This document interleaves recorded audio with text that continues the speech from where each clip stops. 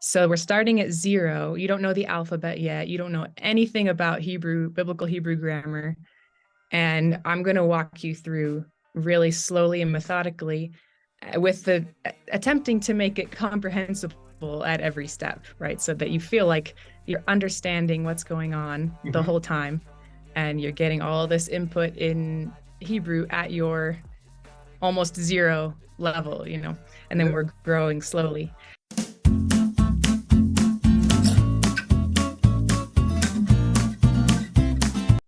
So, hi, Beth, Hello. and welcome to the podcast. First of all, it's a pleasure to have you on. Thanks very much for inviting me. It's good to be here. And yeah, as usual, just tell us a little bit about your story. Hmm.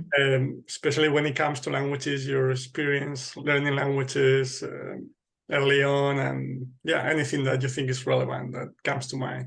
Sure. Yeah, I'll try to summarize. It's been a long journey. I started when I was maybe in middle school to Mhm. become really fascinated with languages. And I think that it mainly started because I was really interested in the Lord of the Rings books. And Nice. he has Elvish languages that Tolkien invented for that. So I got really fascinated with those. And then I realized, like, hey, here I am, a 13-year-old who's really enjoying studying the grammar of some made up language. I'm like, maybe there's something here. Maybe I should pursue this language stuff. So in high school, I studied a lot of things, specifically Spanish and Latin, like in classes that I had. But then on my own time, I also was looking into Arabic, learning the alphabet for Arabic, learning the Korean alphabet, studying a little bit of Greek and ancient languages. I was really interested in Egyptian hieroglyphs, and my grandma gave me a book on Egyptian hieroglyphs. So I went through that book, and I don't even remember what other languages caught my attention, but I kind of just picked and choose a little bit of a lot of different things just for fun because I was a nerd and I was enjoying learning about all the different kinds of languages out there. So I decided to study linguistics because of that interest. And so in college, I went to school in Southeast Michigan, where I'm from, Yeah.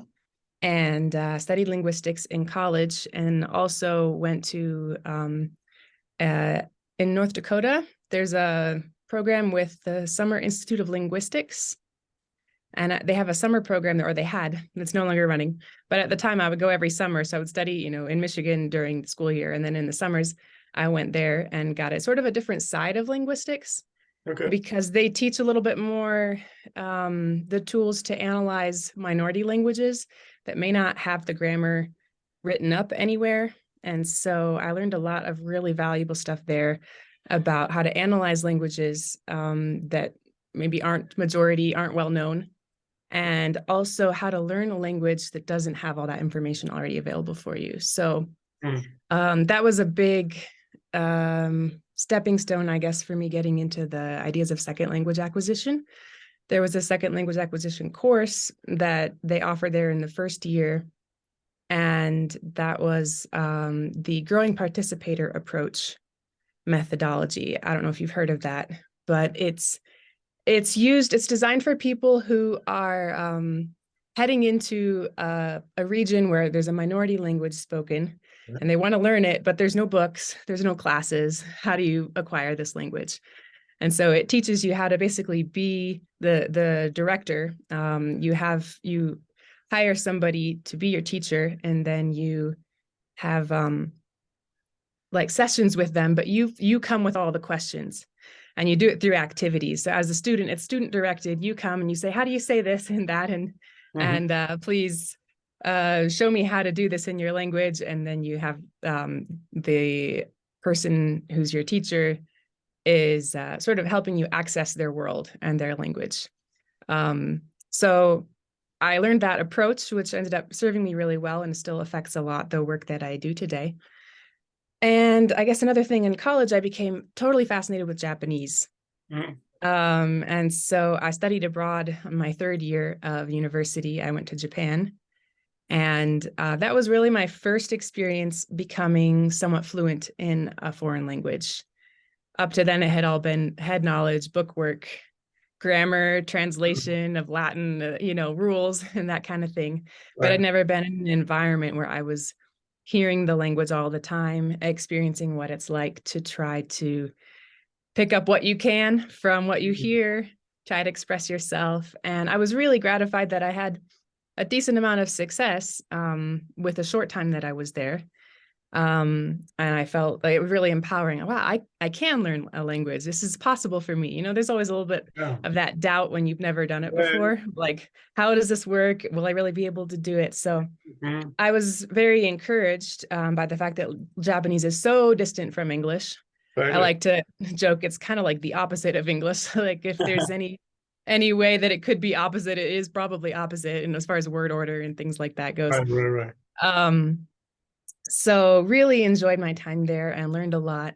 Unfortunately, I've lost a lot of that fluency, almost all that fluency since then, because I haven't been using Japanese. But that also kind of sparked that love of or that empowerment, like I can do this. So after Yeah. college, I moved to Colombia, Wow. and that's when my Spanish language journey started. And when I got there, I had, what you would learn in high school Spanish, but never use it, never interact with Spanish speakers. So I could understand some things. I could express a Yeah. few basic things, but I was really frustrated. I also arrived Probably to, it's like the yeah, story or like I teach Spanish, so all my American students have the same background. uh-huh. I took Spanish in high school, but Right, but that doesn't mean much. right. Right. Yeah, sorry. Right. Oh, I had taken one semester in college too, which ended up being really helpful because the professor there really drilled us on irregular verbs in a really helpful way. And so I had all that knowledge in me, but I just hadn't activated, actually using it. And of Mhm. course, I need a lot more vocabulary. So I would say it took me about a year and a half of living in Colombia to become comfortable with Spanish. And that was with a really high degree of immersion. Mm. I was not married at the time, so I was single and I was there working with a church and surrounded by Spanish a lot. But I was a bit slow to put myself out there, so maybe Yeah, I yeah. slowed down my learning curve a little bit because of that. But yeah, the other factor when I first arrived to Colombia, I arrived to a region that has a very strong coastal accent. Okay. And so it was really hard for me to understand the people.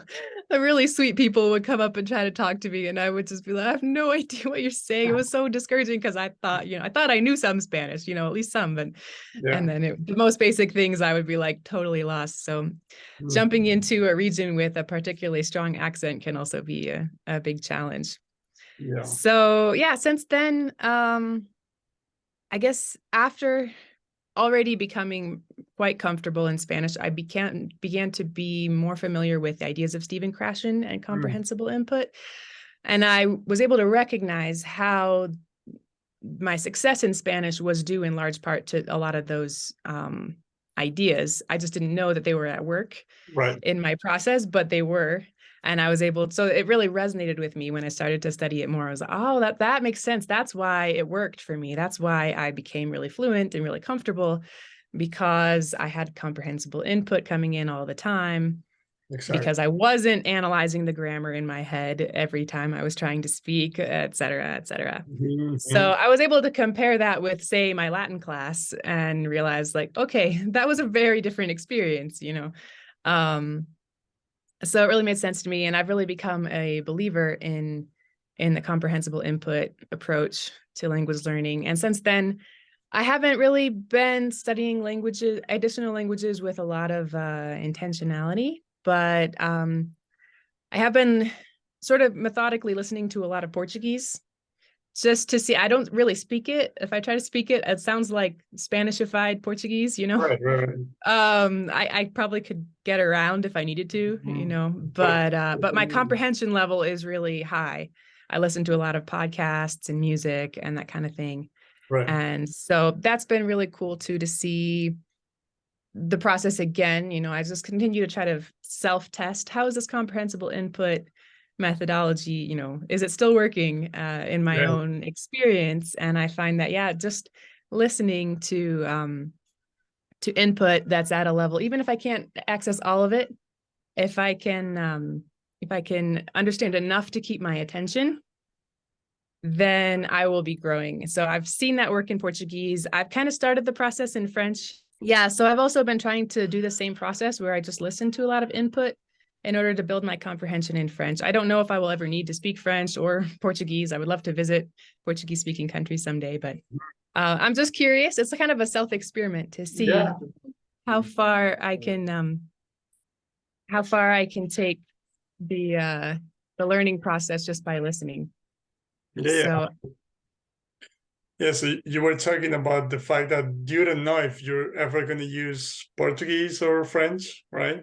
But you just right, enjoy the process of acquiring it. exactly. I enjoy the process. I enjoy the gratification of comprehending something I didn't before. Mm, And it's kind of a personal experiment to see also, if I kind of implement Krashen's ideas that input is the most important, if I can build a high level of comprehension and then someday try to flip the switch to produce in that language, I'm curious to see how that goes if I have the opportunity. right. Oh, So, it's just quite a journey overall, right? Like yeah, I have a it's ton fun. of questions for you when it comes to the different experiences, the different languages. Hmm. But yeah, to start with Japanese, because you said that was the first time you felt like you actually acquired the language, right? Because before Right. that, it was all what I call the traditional grammar way, right? Like Hmm. studying the language, consciously paying Hmm. attention to form and so on. So when you first moved to Japan, what was your knowledge of language before going there? I think I had 2 semesters, which is a lot less language knowledge than 2 semesters of Spanish because the difference is so wide and you spend so much time learning the katakana and hiragana Mm, that, yeah, so I could say basic things like it's cool, it's hot, I'm hungry. And that was about it. I could say things were different right. colors, but that was really about as far as Mm, I was. yes. So yeah, I intentionally spent a lot of time with Japanese friends and tried to avoid falling into the groups of international students that were speaking Mm, English all the time. mhm, And that helped a lot. right. Yeah. So you know, use some sentences that you memorize, right? And Pretty much, yeah, yeah. But there were a lot of really kind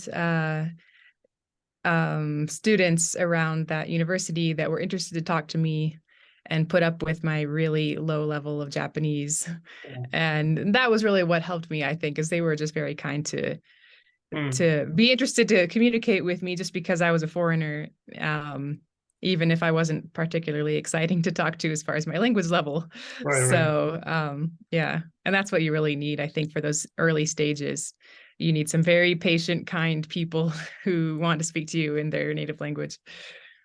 right. And I guess they made the conscious effort to help you understand by Hmm. speaking really slowly using gestures. Because Yeah, I'm imagining with such a different language, even the most simple things were not comprehensible, right? there's probably so much I missed. I had no idea. Right. Yeah. But okay, yeah. But let's say that little by little, you could understand some things that they were telling you. Hmm. I got to a point where I could understand, a lot of the sort of normal everyday small talk sort of things, Mhm. talking about school or church or the different areas that I was involved in. I could not understand the news at all, but as Right. far as everyday sort of little communications on a sort of superficial level, I felt pretty comfortable with a little conversation like that. Mhm. And when it comes to the alphabet or the characters that you talked about, I'm guessing what you did in those 2 semesters was memorizing characters, right? Sure. I mean, I was taking classes at the university too in Japanese, which were a little bit more traditional, although they tried to involve a lot of interaction in class and production. Mm. So yeah, there was definitely a lot of just rote memorization involved in that process as well. But somehow, I guess the fact that I was still constantly trying to use it for communicative purposes, it really helped it not be just memorization, just rules. Like I was trying to apply it so instantly Mhm. to my everyday life and conversations that I think that helped it kind of go into the acquisition part of my brain. Right, right. So, Yeah. Yeah, because that's our goal in the end, right? To be able to communicate in the language. You just anyway, mhm. and when it comes to the characters, what was your level of comprehension when you got to Japan? Could you understand the signs? Could you understand something? Did you improve from Oh, very, very few. I definitely improved a lot from all the signs and all the input around me. Yeah. But I mean, I had the most basic things, which can help you understand. Oh, there's the exit, there's the entrance, this way to the train station. You can sort of start to recognize some things with the basics, but certainly a newspaper was utterly above my head. So yeah, Yeah, that's real simple stuff. yeah, like I said, that's a topic that I'm really interested in because in my personal experience, besides Russian, I haven't learned Mm-hmm. a language with a different alphabet. I mean, with Russian, Mm-hmm. I'm in the process of learning it. I don't speak, Okay. but it's still, I mean, so it's a different alphabet, but it's still an alphabet. It's not character, Yeah. right? Right. Right. So I've talked about it that what helped me with it was I started watching videos on YouTube, like teachers who create content, specifically adapted to even complete beginners, right? So Mm-hmm. I started recognizing because one of the channels that I watched had in some of the videos she talks about cultural videos and different types of things, but in one of them she had the map of Europe with the names in Russian in Cyrillic. Okay. So I could recognize. I was talking about the same example, but that's what I noticed was the first thing, right? The little sort of a ball with a stick. It was the first Mm-hmm. letter in France and in Finland. Oh, And okay. while she was talking about the countries at the same time, I Mm-hmm. realized, okay, so that's our F sound, right? And that way, Mm-hmm. little by little, I was able to acquire the alphabet without consciously learning it, if that makes sense. Mm-hmm. And now Mm-hmm. Interesting. I can read in Russian. If I read something that's complex, I don't understand what's in there. I don't understand the meaning, but I can read the words. That's Mm-hmm. so when it comes to languages with a different, I mean, not just a different alphabet, but characters like Chinese, or Japanese, Arabic, and I'm sure you have a lot of things to say about that. But people keep talking about memorizing these characters and I haven't direct this personal experience with it, like I said, but I have the feeling that it can be acquired in a natural way as well.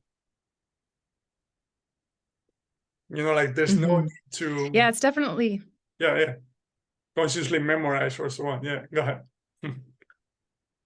yeah. Yeah, it's definitely different to apply, I think, some of the comprehensible input theories from the beginning with a language that has a different script or is so different grammatically from your languages you already know. And that's something I'm really interested in seeing because I think a lot of us who have experience with comprehensible input, a lot of us kind of tend to stick within maybe the Romance languages Mhm. and there's so much crossover that we can really easily access intermediate level stuff in those new languages. For example, for me, for French or Italian, it's not that hard. I can start to work out what things mean, and it's input that is interesting. It's not like ground level zero. Right. But that's really different if you're saying like, I want to start learning Chinese comprehensible input style. Where do I start? Any input I find in Chinese is just so far above me. I'm not going to be able to access any meaning, and that's not Mhm. really going to be fulfilling the requirements of comprehensible input. And Right. so actually a part of what I haven't mentioned yet is our channel teaching biblical Hebrew. And that is sort of what I'm trying to implement with those lessons. So we're teaching via video, and the idea is to teach with the idea of comprehensible input, sort of mixed with the growing participator approach that I mentioned earlier that I had learned, but to do it in a very methodical way. So we're starting at 0. You don't know the alphabet yet. You don't know anything about Hebrew, biblical Hebrew grammar. And I'm going to walk you through really slowly and methodically with the attempting to make it comprehensible at every step, right? So that you feel like you're understanding what's going on the whole time, and you're getting all this input in Hebrew at your almost 0 level, you know, and then we're growing slowly. And that's something I would love to see people do more with modern languages, because I think there's a lot of gap at the very beginning stages, you know, of learning a language. Once you get to an intermediate stage, you can access all kinds of cool stuff on the internet and YouTube channel videos or whatever, and you can start to grow. But getting to that intermediate stage in a language that is super different than any language you already speak is really difficult. And there's really no good way to do that. You kind of have to start with a textbook or something. If practically speaking, unless you can hire a language teacher or something like that. But yeah, finding that comprehensible input at level 0, level 1, level 2, the super beginning levels is really difficult, and something I would love to see more of on in the world of YouTube and comprehensible input, because I see a lot of people doing comprehensible input channels, and that's really great, but they tend to be really topical. So now we're going to study seasons, and now we're going to study colors, you know, and each video has a different topic of vocabulary or something like that. But it's not all woven together in like a methodical order to guide you from 0 to a certain goal. And that would be helpful for me. I would love to learn more Arabic, for example. And I would love to have someone take me from absolute 0 through videos and walk me up. But instead, I find, you know, a lot of channels, they're just kind of topical, but they don't help me review. They don't help me internalize. They present, and that's great. It's better than nothing. But but some kind of order and flow that would build on what you've seen before would be really helpful, I think. So I don't know. I'd love to see people trying that out a little bit more with other languages, especially modern languages and ancient languages. Yeah, it's true. It's I was thinking just that I've actually looked at a couple of your videos, like the first ones, and first of all, great job, because it's comprehensible, like I said. But thank you. I saw that you have that idea of in future lessons, you know, you sort of build on top of what you've covered in previous ones, right? So they're in a specific order that are going to help you learn a language even from scratch. That's right. Because with different languages, like we're talking about, you really need a second person, whether that's a teacher, an actual teacher, or someone to create a content for you, right? Yeah. I mean, in that regard, I haven't started with it, but there's, I don't know if you can call it a method, but it's based on the same principles, but it's called ALG, which is automatic or automated language growth. Which, I mean, to me, it's the same idea as comprehensible input related theories, but they believe that you don't need to understand everything. So it's more about, you know, speaking about different topics in a natural way, right? But not paying as much attention on, you know, getting you to understand every single thing. They make it comprehensible, of course, so you understand what they're talking about, but they're not too worried about every single word. And I think that started in a language school in Thailand. And there's a channel called Comprehensible Thai, which I haven't started with it yet, but they have tons and tons of videos and content. So that could be interesting, because that's cool. a different language, different character as well. And a couple of months ago, I also interviewed a British guy who lives in Turkey, who he wanted to test. It was a test because he actually used Tokipona, which is a tongue language, right? So it's not an actual language, a constructed language, right? So he started creating videos like for 30 days, like 30 videos, which he talked in Tokipona in a simple way. He told stories and things like that, based on ALD as well. You know, so you didn't understand everything, but because of the pictures, the context, and so on, you could understand what he was talking about, right? So there's stuff that you can take a look at. Yeah, I'll have to check those out. There definitely may be these things I haven't run across because I haven't really explored those particular languages. So yeah, that'd be cool. I'd love to see the Thai one, see what that looks like. Yeah, because they upload videos every day, so there's so much content. Cool. Yeah, I'm learning Russian and German now, so I'll focus on those two for now. But yeah, one of the things that I look at when learning a new language is how much content is available, right? And that's why I was thinking about the Thai thing. Obviously, I try to make it a little bit practical. You know, like, am I gonna use it? Is it gonna allow me to communicate to a lot more people in their native language? You know, things like that. But it's not the only thing that I take into account, but you know, it always helps if there's a lot of content. But definitely the languages, you need some outside help. Yeah. And yeah, I'm really curious about your channel.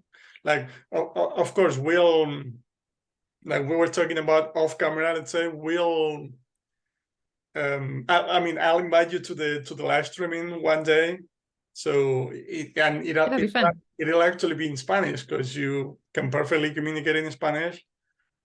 You actually live in a Spanish-speaking country, right? That's right. Yeah.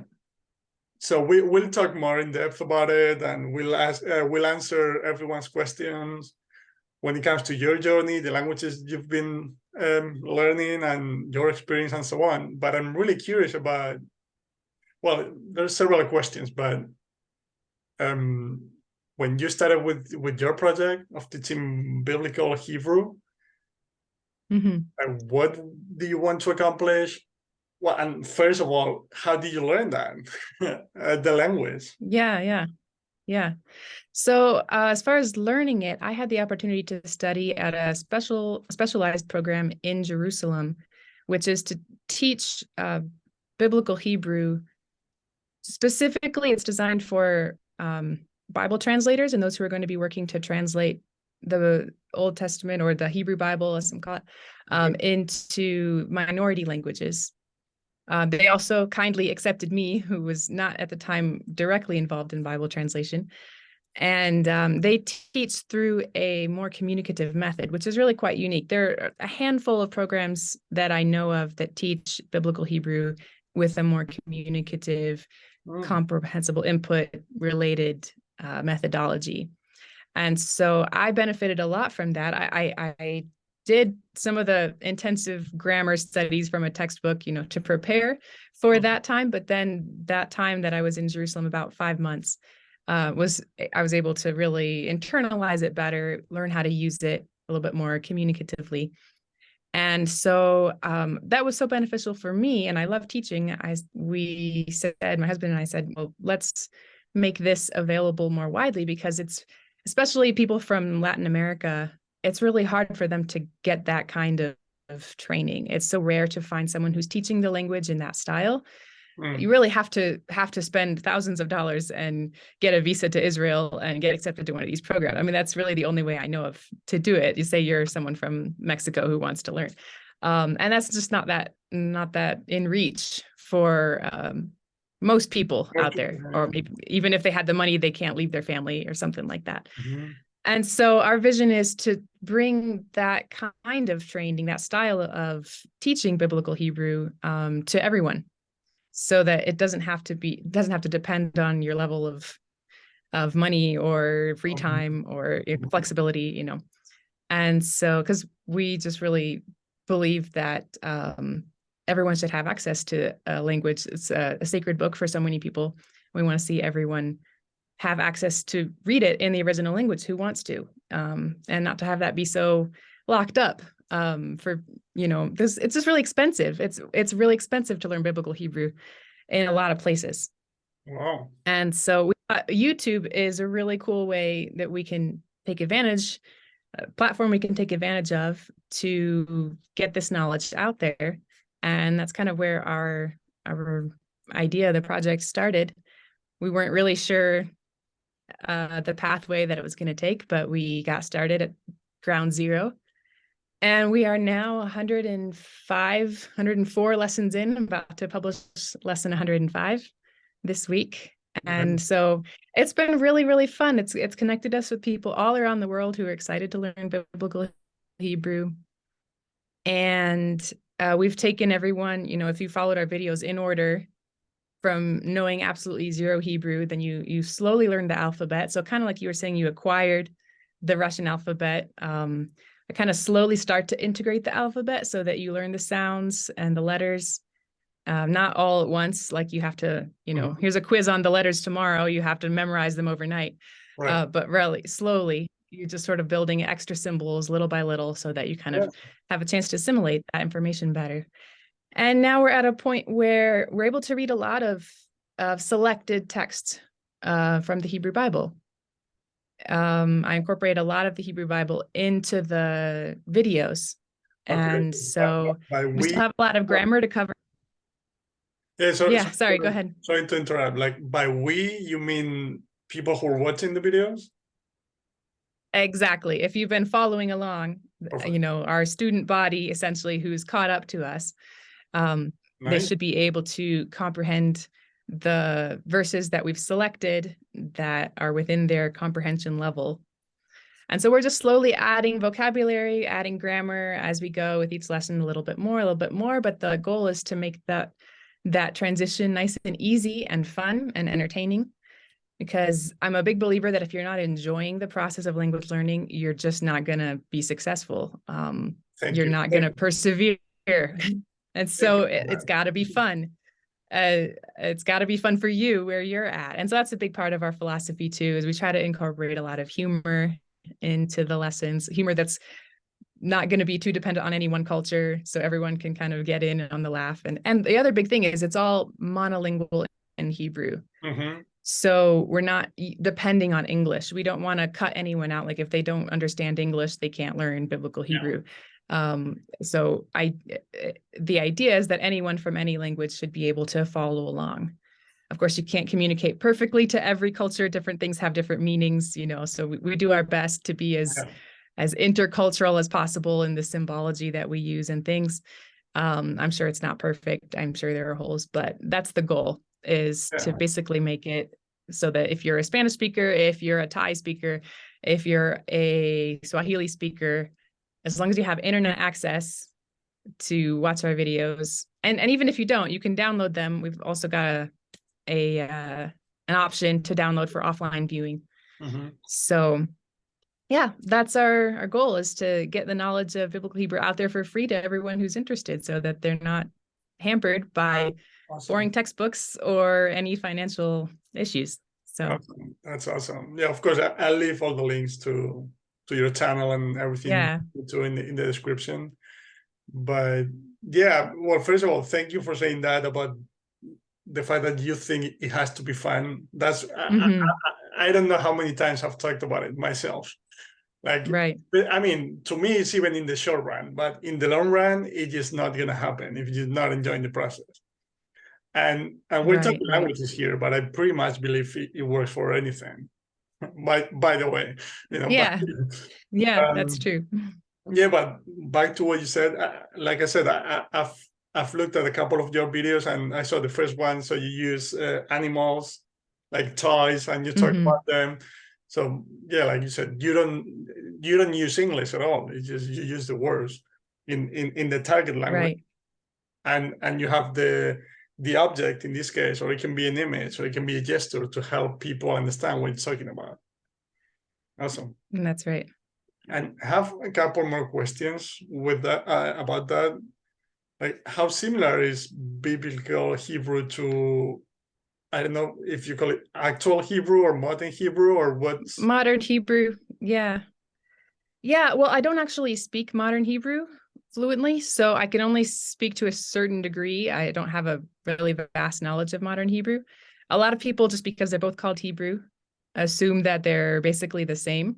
Right. But actually, there are a lot of grammatical differences, particularly when it comes to the verbal systems. There's a lot of older, modern Hebrew speakers would hear biblical Hebrew and they would hear all these archaic sounding verb forms that they don't use anymore. Right. And yeah, there's just been a lot of simplification and regularization of some things. I think there's more use of suffixes on everything in the biblical Hebrew, and modern Hebrew has kind of pulled those out and made them to go with prepositions and made it a little bit more regularized. So yeah, there are significant differences. I think that a lot of modern Hebrew speakers will say that they have a high degree of comprehension when they hear the ancient Hebrew. But I also wonder how much of that, like, because the modern Hebrew words have taken on modern meanings often, Yeah. they Right. may not be hearing everything as it was actually meant. They think they understand, they know that word, but it may have had a different nuance or even a rather different meaning in the past. So it's a little bit hard. I'm not sure, since my knowledge of modern Hebrew is a bit shallow, I can't speak to everything, but I would consider them, like, certainly they're super related, but I tend to treat them as different languages. Sure. If, like, what you're learning in our biblical Hebrew videos is really not going to help you that much to have a conversation with somebody in modern day Israel. Right. Right. It might give you a few helpful things that'll help you learn the noun phrase structure and a few things, but the greetings, the way that they talk is all very different than what you find in Right. the Hebrew text of the Bible. So it's kind of maybe not, but I was thinking of ancient English. If you read Shakespeare plays, for example.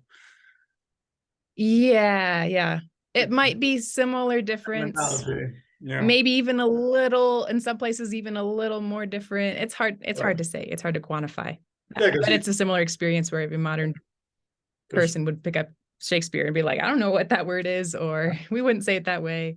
So right, because I guess when it comes to Hebrew, even more time has actually gone by, right? So it's even like it's farther away, like one from the other, right? Because right, between Shakespeare and today's English, the span has been shorter than biblical Hebrew, right, like the original Hebrew, and yeah. yeah, And the fact that it was kind of preserved as a sacred language, that helped it not change as much as, say, English has as a spoken language all the time, because it was kind of preserved in a religious atmosphere for many centuries. I think that helped slow down the rate of change a bit. But then really it was, for modern Hebrew, it was really intentionally reinstated. And a lot of people learned it as a second language in order to take part in the state of Israel. And so it has a very unique history. I don't know if you've read up on the history of modern Hebrew. It's very unique that they were able to revive a language that was not widely spoken.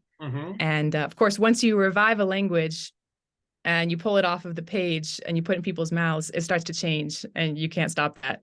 yeah, And so I think that's also part of what we're seeing, is that even though they wanted certain ones of the founders, of the modern Hebrew language, maybe wanted to keep it very purist according to what they found in the text, that just wasn't possible to enforce when right. it came down to the practicalities of it. And so, it's taken on a life of its own now, and it will continue to evolve as a spoken modern language.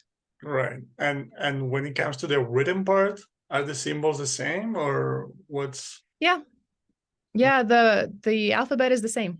okay? Just like Arabic, modern Hebrew speakers, they would not write the vowels typically unless it's maybe a children's book or a religious text or something. So they would tend to typically only write the consonant letters. Whereas we're teaching biblical Hebrew, including all of the vowels, because if you buy a Hebrew Bible, that's what you're going to find. You're going to find all the vowels. Sure. Wow. Yeah, so we definitely have to do the live streaming because there's so many questions. I mean, so many questions that I have in my mind, and I'm sure so many questions that people are going to have. Especially there's one guy from Argentina who actually is learning Hebrew, Okay. like modern one. So Yeah, that's why I was asking this as well, because I don't know how much he can use it to his own journey, right? sure. So Yeah, that might depend on where in his journey he's at. I think if you're at the very beginning, then our videos can definitely help you learn the alphabet mhm, and can definitely help you acquire some basic vocabulary and get a feel for how phrases are put together. But I'd say maybe once you get past lesson 50 or so, we're going to start diverging more and more from what you would right, need to communicate in Israel versus what you would need to read the Hebrew Bible. right. No, I think he can understand quite a bit. So probably past the Okay. 50 lesson mark. Yeah, sure. Cool. And when it comes to yeah, so the alphabet, when you went to that program in Jerusalem, how did you learn Mhm. the alphabet? Was it traditional as well, or Yes. Yes, I had learned it. Actually, I had learned it a long time ago in all of my studies, in high school, I had learned the alphabet, but hadn't really used it very much. But we were required to have a year of Hebrew in order to enter the program because they didn't want to have to start from 0, 0 with their precious time. They wanted to get people going at a more intermediate level. And so I did a lot of self-study in that process, including getting used to the alphabet. So cool. And yeah, but there's definitely a unique challenge as far as applying the comprehensible input methodology to ancient languages. right, And because modern languages, you have podcasts and YouTube videos and movies and music and all this stuff, and then if you want to learn an ancient language, you just don't have that body of input to draw on, yeah, especially not simplified. It's extra hard to find more simplified input. So, there's some great podcasts in French and Portuguese I've listened to that are simplified specifically for learners. But if all of your input is like Cicero or Homer, it's not very simplified. good luck, right? And yeah. So I guess that's part of our goal too, is to just keep building this body of more simplified biblical Hebrew stories and videos and songs and stuff. So that people have more input, and it feels like there's a long way to go. We hope that more people will come along and join us and put more stuff out there of quality on YouTube. But it's definitely a different challenge. I think that's why so many people default with like ancient Greek, ancient Hebrew, Latin, they kind of default to a more grammar model because the resources aren't there in the same way. Now, I know for Latin, there's been a lot more developed that people really love. The Lingua Latina series, and people rave about that. So there have been efforts for ancient languages to kind of get that ball rolling. But yeah, we'd like to see that more with biblical Hebrew, because I think it's been a little bit lagging behind the Latin and Greek as far as popularity and good resources out there Right. in the comprehensible model.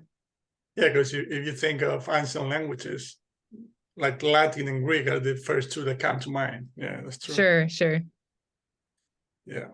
Yeah, plus I think those may have been the two that started how to put it into words. So I've read somewhere, or I've heard about it, that we started learning languages the traditional way because of Latin and Greek. Possibly. Because they were dead languages, right? Like they weren't used Yeah. in real life. So people thought that like you said, that there wasn't anybody to talk to. That there was not a country you could travel to and talk to people. Right. So that's what started the I was gonna say the bad trend of learning languages the traditional way with grammar and so on. Sure. But yeah, Yeah. it can Now we have a definitely lot of become, yeah. yeah. I'm sure yeah, I don't know of any projects, but I'm sure there are people who sometime in the future are going to start creating videos in Elvish or Klingon or Sure. Yeah, what very likely. was the All the one? conlangs Yes, out there. exactly. Yeah, or the what's the one spoken in Game of Thrones, like High Valyrian or things like that, right? Okay. Yeah.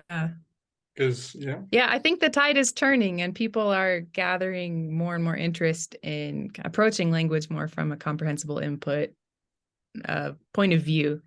And yeah, I see that gaining popularity as people experience it and experience success with it. exactly. But it just takes a lot of time. Teachers learned a certain way and they're comfortable teaching a certain way. And you just kind of have to keep pushing, and the next generations will Mm-hmm. see new ways of doing things. They'll try new things out. And I think we'll see a slow shift, but definitely it's not something that can be changed from one day to the next. Yeah, but that's the good thing about the internet is Mm-hmm. you have access to ideas from people from different countries Yeah, that's right. in a heartbeat, in a moment. That's right. So yeah, I see more and more comprehensible input projects by the minute. So that's Yeah, yeah. They're springing up all over the place. I almost can't keep up with them. And right, yeah, right, be fun. I don't know if you know of any collection online of someone who's sort of collected links to all the different channels of all the languages that people are yeah. teaching with comprehensible. Do you know of a Actually, list like that, or do you have one yourself? I do. I I would love. found a thread on Reddit actually, Oh, okay. and funny enough, that's how I came across your channel. Oh, really? Okay.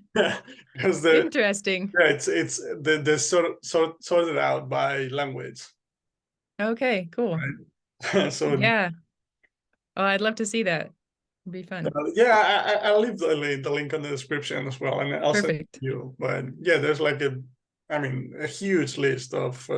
Obviously, there's more content for Spanish, French, language Yeah. like that, right?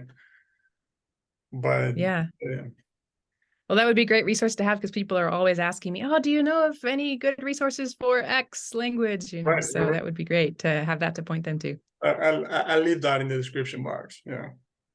Awesome. Okay, so well, like I said, Beth, first of all, thank you so much. It's been a pleasure, and you've My got pleasure. quite a journey when it comes to language learning and different experiences, and Mm-hmm. It's so been that was fun. super useful. And yeah, like I said, we have to set up live streaming in Spanish Mm-hmm. so we can talk more about we can get more in detail about all the things that we've been talking about today and Sure. It sounds ask fun. I look forward to it. people's questions live because I'm sure they're going to have a ton of them. And yeah, so thank you again. Yeah, my pleasure. It was really great to talk to you. Thanks Yeah, so much for having me. no problem. And everyone who's interested in learning biblical Hebrew, go to Welcome. Aleph with Beth, right? Aleph with Aleph. Beth. Yeah. So my name is Bethany, but Beth is also like the second letter of the Hebrew alphabet, according to one pronunciation tradition. And so it's kind of a little pun. Aleph is the first letter and Beth the second letter. So Aleph with Beth. Beth. Awesome. Nice. But I'll leave the link, like I said. Okay. So yeah, I'll talk to you soon. And thank you so much. Have a good day. Take care. Bye-bye. Well, thank you so much. I hope you enjoyed it. And here you can subscribe because I want to help you understand that you too can learn any language when enjoying the process every step of the way. I'm convinced, really. And here you have another episode that I'm sure you're going to love, and the entire list of episodes so far, the entire list of interviews with teachers, polyglots, researchers, and many more.